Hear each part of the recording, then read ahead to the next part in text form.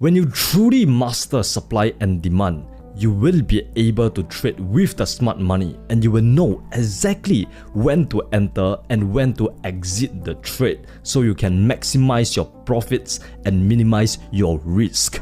But in order to master supply and demand, there are 5 pillars which you must fully understand. Number 1, what is supply and demand? Number 2, how to identify and draw supply and demand zones. Number 3, where to enter and exit. Number 4, high quality zones versus low quality zones.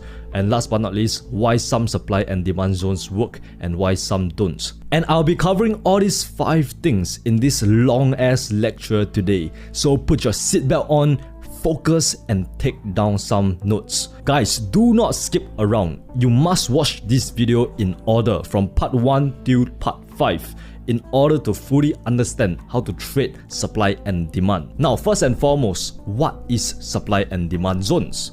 Supply and demand zones are basically areas where big banks or smart money are trading at, which means that if you can identify these supply and demand zones, that means you will be able to trade with these big banks and take advantage of their liquidity. And if you look at any market, be it forex, stocks or crypto, you will realize that the markets actually move between cycles of balance and imbalance.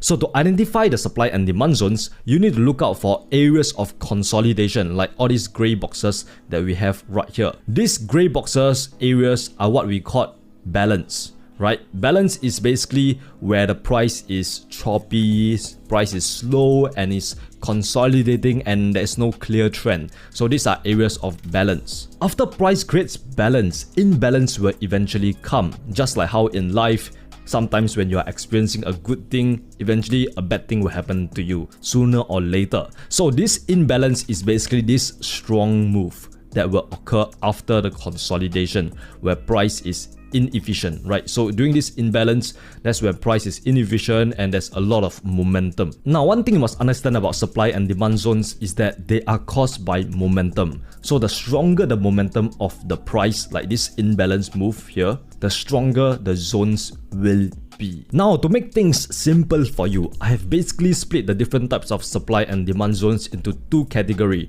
reversal zones and your continuation zones. Let's look at the supply part first.